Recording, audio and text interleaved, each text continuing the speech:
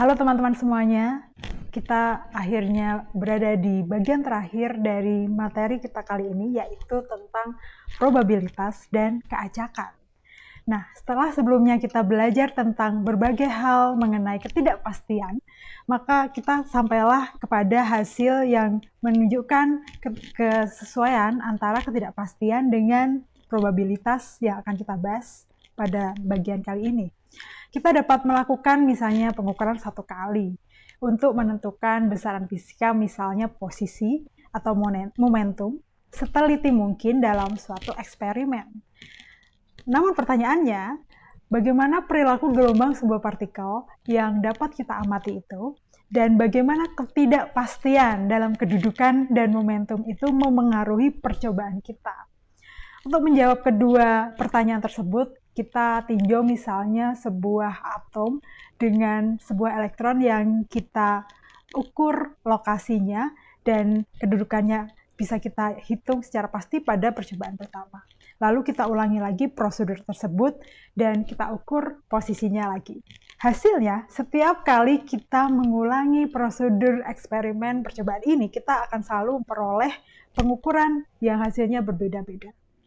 Jika kita ulangi berkali-kali, sebanyak mungkin, maka kita akan selalu mendapatkan kesimpulan yang ternyata sangat bertentangan dengan fisika klasik, yaitu sistem-sistem yang dipersiapkan dengan identik ternyata tidak memperlihatkan perilaku yang identik juga.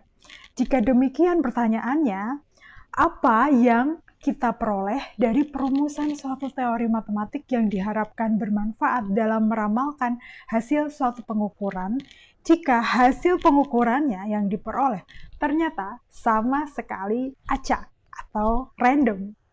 Nah, solusi dari dilema ini adalah probabilitas.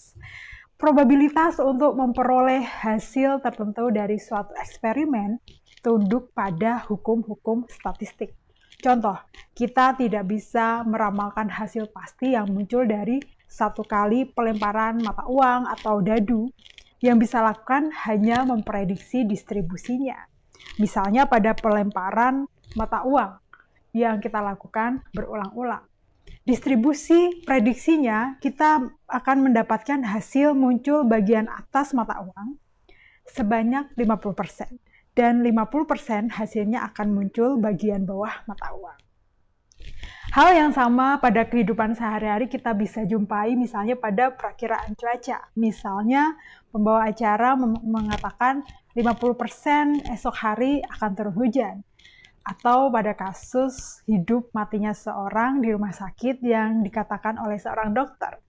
Mengapa prinsip ini sangat penting?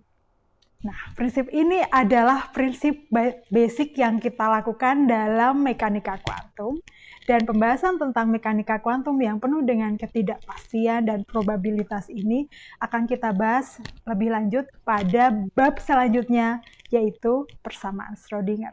Terima kasih sudah menyimak bab kedua ini, dan kita akan ketemu lagi di bab selanjutnya. Terima kasih dan sampai jumpa.